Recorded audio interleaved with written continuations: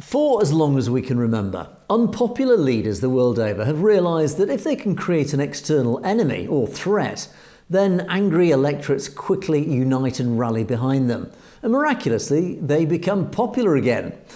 Well, this political mechanism has been used over and over again to great success, no less so than in India, the pahalgam situation demonstrating this perfectly. Well, to discuss how the Indian elite have used what's been named as vote bank politics repeatedly, particularly to maintain its Brahmanical control over the nation, I'm joined today by our regular guest, Dr. Bakhshish Singh Sandhu MD. Dr. Sandhu, welcome. Thank you for joining us once again today. Thank you, Mr. Scott, for having me on your program. Always a pleasure.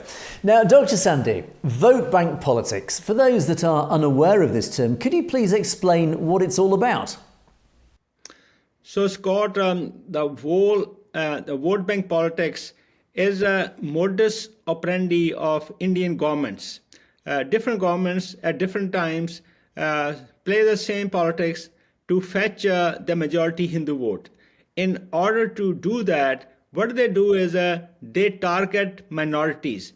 And those minorities like Sikhs, Muslims, Christians, and all these minorities are targeted to prove to the majority Hindu vote that India is protecting them. In order to protect them, it carries out multiple processes. One of them is carrying out violence against minorities. The other is basically offering them something like special reservations or special programs, or they say, we'll do this for you. We'll do that for you. And these kind of things that India presents. What it does, it polarizes the communities. So they are basically pitching one community against the majority Hindu population. So the idea is that India wants to prove that Indian politicians are the only savior of the majority population of India, which is Hindu population. But in order to please that population and secure and affirm their vote, they carry out multiple things, polarizing the community, inciting interracial hate. Like Indian politicians, many times they make very powerful hate speeches. Like, for example, Prime Minister Modi from the stage said that this Modi's new India. In this Modi's new India, we come to your home to kill you. So what he's referring to is the Sikhs, saying what it really means that, they will come to Sikhs' homes, or the American Sikh activists or Punjab Sikh activists who are seeking liberation from India, who are seeking through referendum that Punjab should become independent country, and their threats, open threats, that okay, we'll come and we'll create violence, and therefore you should stop this. And then to accomplish this, they are also criminalizing the peaceful activity, let's say for Khalistan referendum and Khalistan referendum Sikh activists. We are basically carrying out a voting process. We are doing ballot, not bullets. But India presents in a different view. And also India wants to project all the people who want their rights, and India doesn't like it. They try to declare them as terrorist organizations. So these are multiple facets that the Indian government or Indian governments from time to time do that. But Modi government is very much involved into that and has escalated the threat on American Sikh activists or other Sikh activists everywhere in the world who are seeking for their rights. The Muslim population is around 14%, and the Sikh population is 1.7%. And they still have majority. 80% of India's population is Hindu population. And they still have a grip on that, but in order to please them even more, they do this kind of illegal and violent activities. So what they do is they encourage identity politics.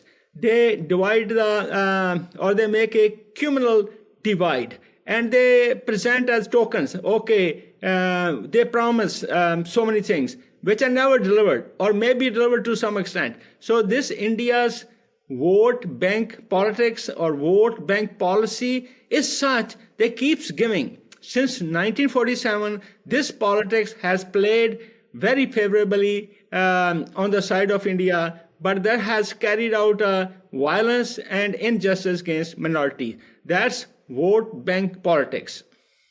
Interesting. And also, of course, vote bank politics, I guess, takes two forms. And it also follows, I guess, what you could say is a carrot and stick approach.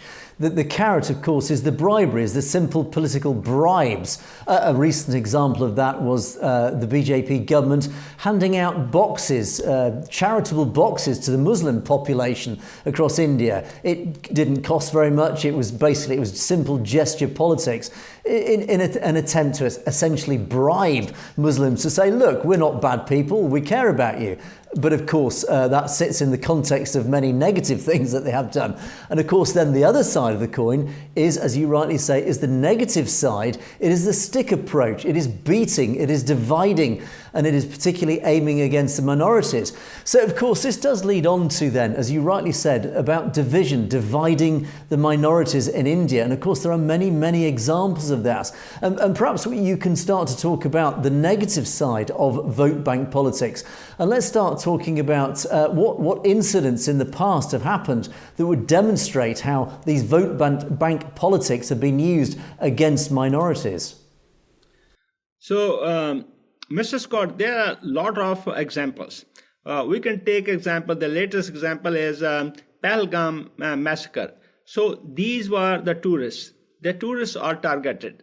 And allegedly, all fingers are going towards India. That it's alleged by many different experts and even the countries, even though they may not be speaking openly, that the finger is pointed at India, that this massacre was orchestrated. However, it's also, which has been kept hidden, that this attack was supposed to happen on Chittisinghpura location on Sikhs. That was the day of celebration of a Khalsa establishment. And that was supposed to happen on April 13th. But when Indian intelligence agencies stated that, no, don't attack the Sikh festival because it will be very detrimental to India. So then they shifted towards this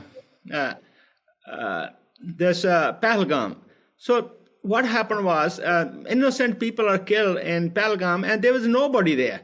There's no protection, there's no security, no police, and whoever created and whoever carried out this massacre, they had a free hand, and basically people now have come to realize, and many videos are coming out that which are alleging that India orchestrated this plan. So what happened subsequently, that this was the incident they created to create a feeling among majority Indians that Pakistan is a culprit and Pakistan should be attacked.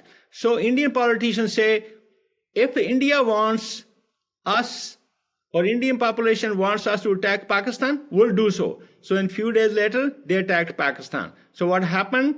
The India suffered a humiliating defeat because India lost a lot of planes. India's military sites and military installations have been attacked, and their Rafale planes have been downed, and S-400 is also, there are 3 S-4 systems in India, and one of them has been destroyed. So the politics was played in the form of pleasing majority people in India because one of the most populous states, Madhya Pradesh state elections are coming soon. So that was the thing behind it. So what's the evidence which is pointing towards India? That Pakistan stated that let's hold the unbiased third party, neutral party investigation. India did not agree to that, but India has started its own national investigation agency. NIA is carrying the investigation. So it's just like if somebody is a culprit and the culprit is the police and the culprit is the judge and the culprit delivers the verdict, so then India is being blamed for this massacre, and India will do the investigation, so that doesn't fit it. So there will not be a unbiased investigation.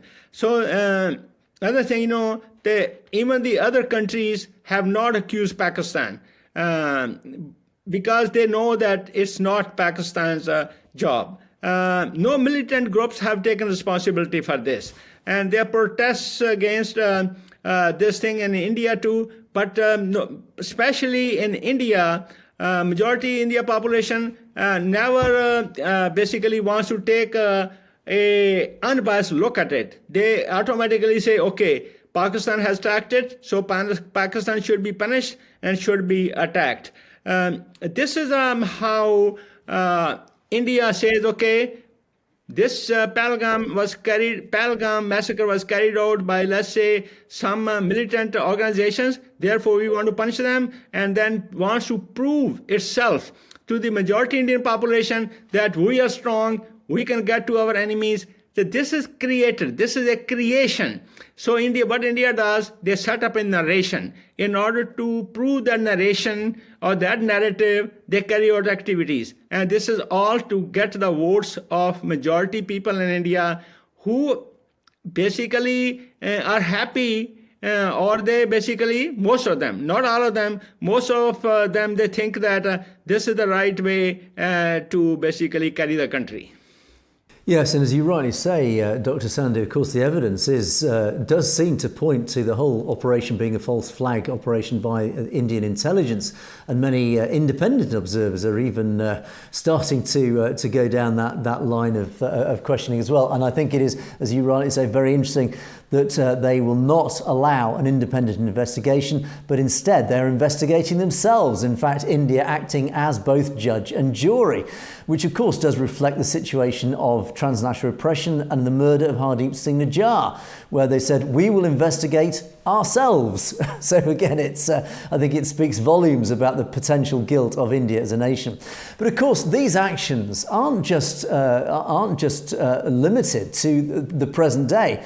Of course, operations like this, these false flag operations, and of course, political machinations like this, these vote bank politics, go back many decades. I'd like, for example, to look at the events of 1984. We had the attack on the Darbar Sahib and, of course, the genocide in November around the politics of Indira Gandhi and the Congress Party. Perhaps, Dr. Sandhu, you could talk about the events of 1984 and how they also reflect this policy of vote bank politics.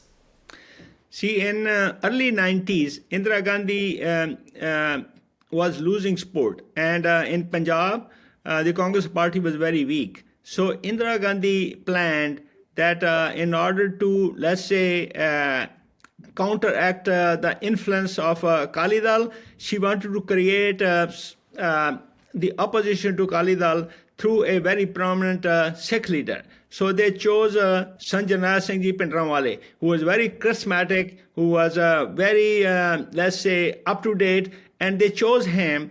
But eventually, when they wanted to control him and they wanted him to do things which he didn't want to do, so the conflict arose. So Sanjana Singh Ji Pindramwale said, look, I am willing to do things, but I'm not going to go against my community. My community is basically suffering. There's injustice. There's torture, persecution of Sikhs, and we want justice.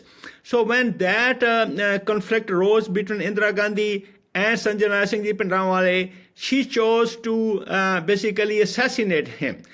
They couldn't assassinate him because he took shelter in Akal Takht. Then Indira Gandhi attacked Darbar Sahib to basically to assassinate Sanjana Singh Ji Pindramwale, and they attacked on the day when there are a lot of pilgrims there, because there was the martyrdom day celebration of Guru Arjan Dev Ji. So 10,000 Sikhs were killed. So what happened? The whole India, none of the Indians criticized the attack on Darbar Sahib and killing the peaceful people. So Indira Gandhi proved to the people of India, majority Hindu population, that look, I'm so strong. I can attack Darbar Sahib. I can basically destroy so many lives. And that vote bank politics, which Indira Gandhi was trying to fetch, by having Sanjana Singh Ji Pandramwale on her team didn't work at all. So what happened afterwards was that Indira Gandhi was assassinated on October 31st, 1984. And subsequently, there was a Sikh genocide. So that was vote bank politics. I'll explain to you how.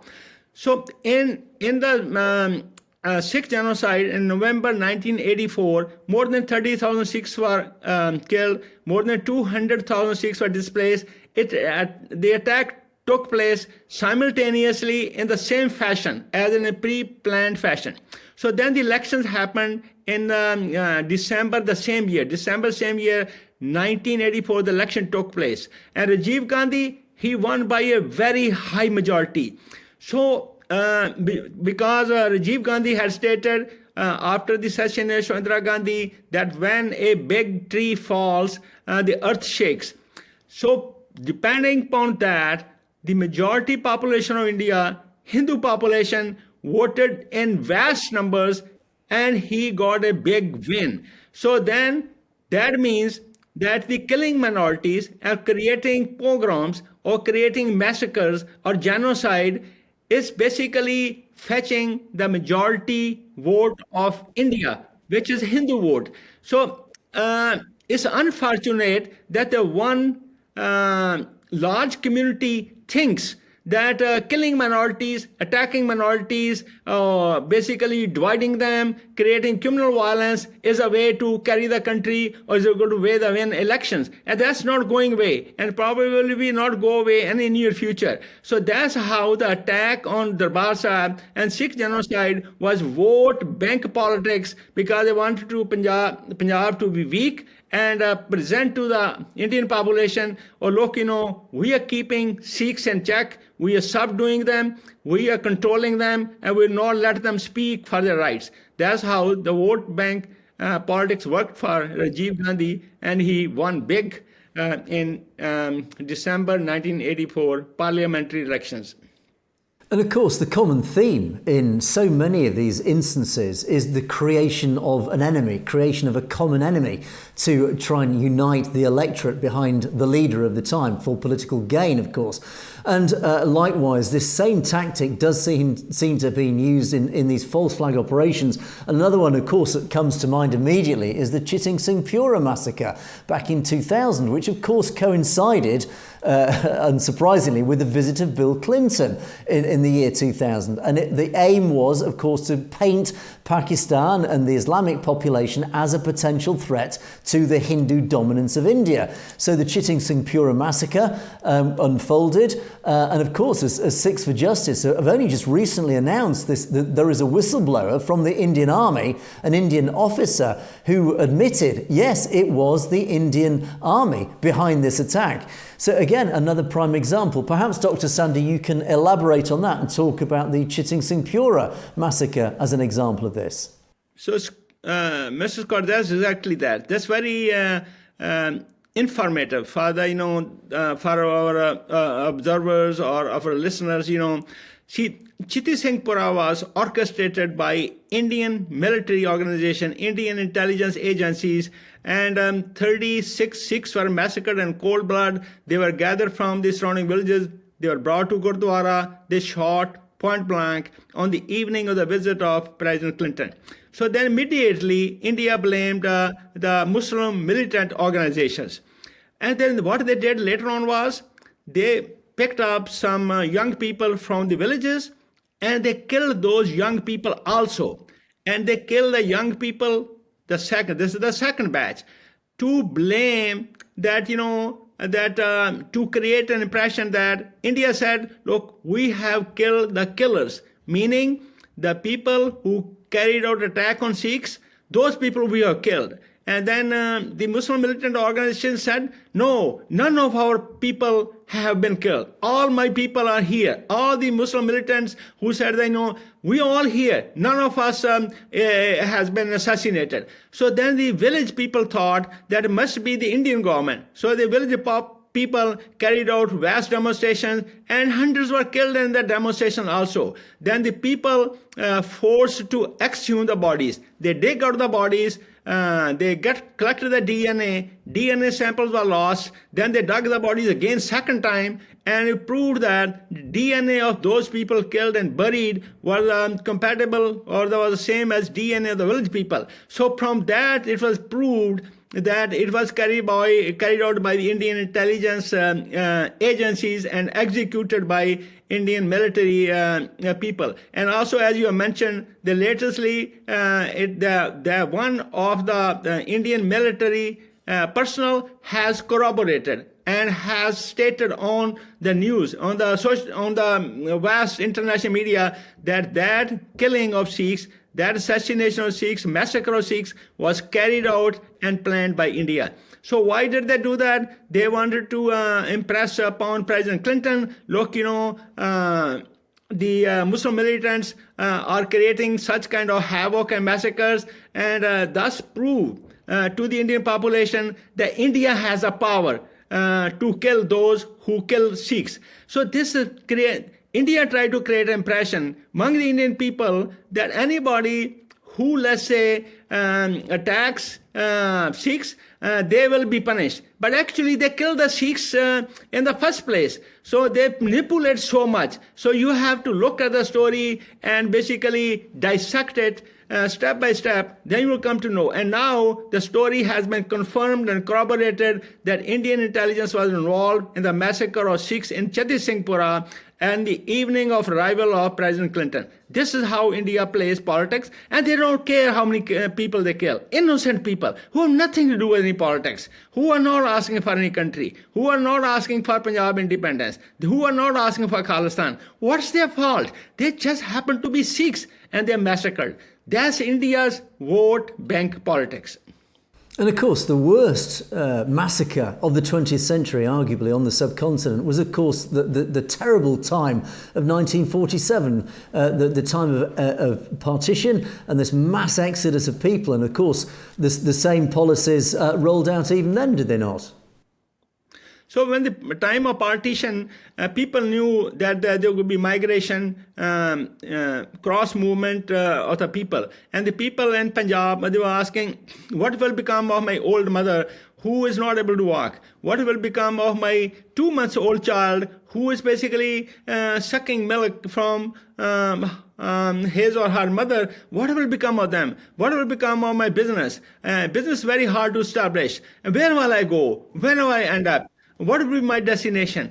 All these questions were there, but Indian National Congress ignored. All they wanted was to divide the country, and the division took place in Punjab. That's the majority of the Sikhs live, and along with the Sikhs, hundreds of thousands, close to 1 million Sikhs, including some Hindus and Muslims, are also killed. But India did not care. They didn't take proper precautions. They didn't take time to set a mechanism of transmigration of people. So this was basically, they say, okay, if so many people die, so be it. But India will be, India will be liberated. So they were rushing to come in power, and they didn't care about the people. So that was the politics, the same politics again. India became independent, and Punjab became subservient, and slaves were created. So basically, Punjabis became slaves under India, and Punjab is under Indian occupation because of rush up job at that time.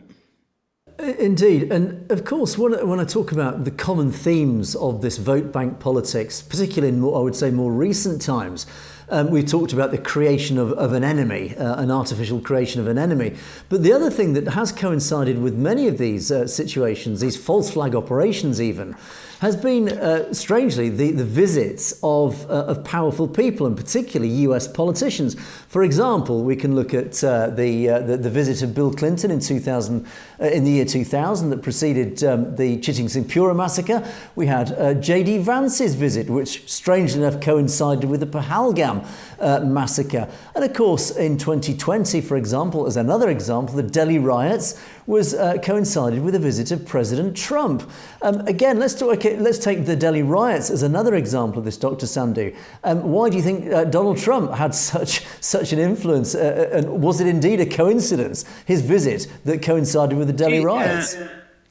what India wants to do, that at the time of visit of the dignitaries like President Trump in 2020, the India tried to basically create an impression that they basically want to impress the Indian people. Look, when the dignitaries are coming, the press is hot, the news everywhere, and they kill or carry out attacks and violence against minorities.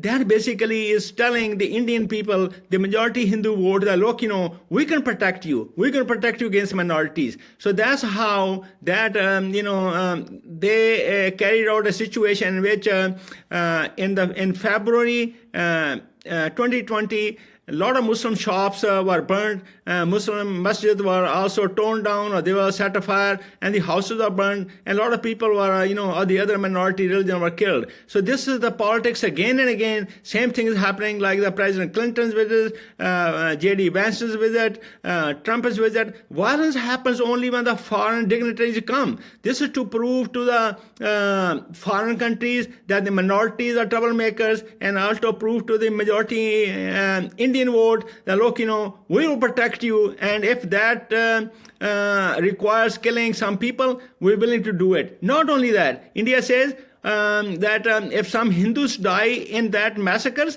so be it. So that, like in Godhra train incident, what happened in Godhra train incident, train was set on fire at Godhra train station.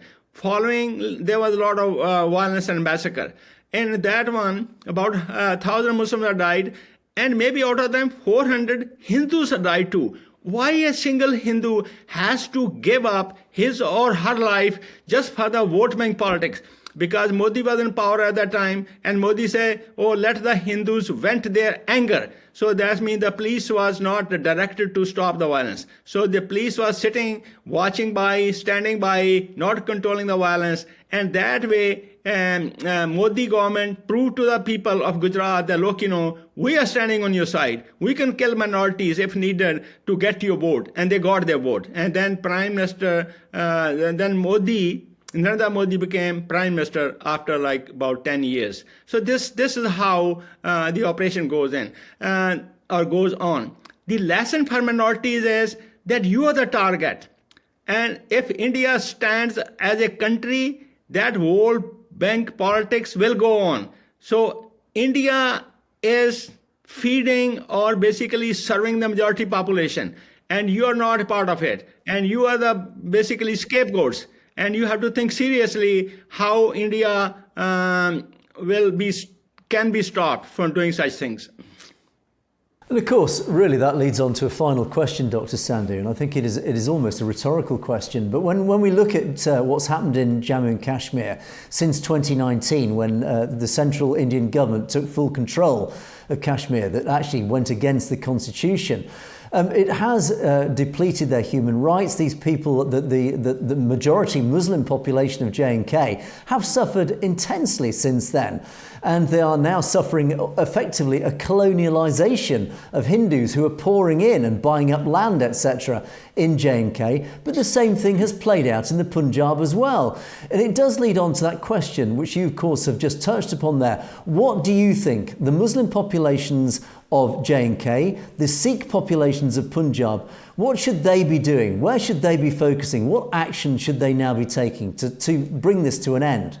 I think from our talk today, they should basically have a clarity that, look, the India's vote bank politics is not going to stop. So how are you going to be protecting yourself and future generations?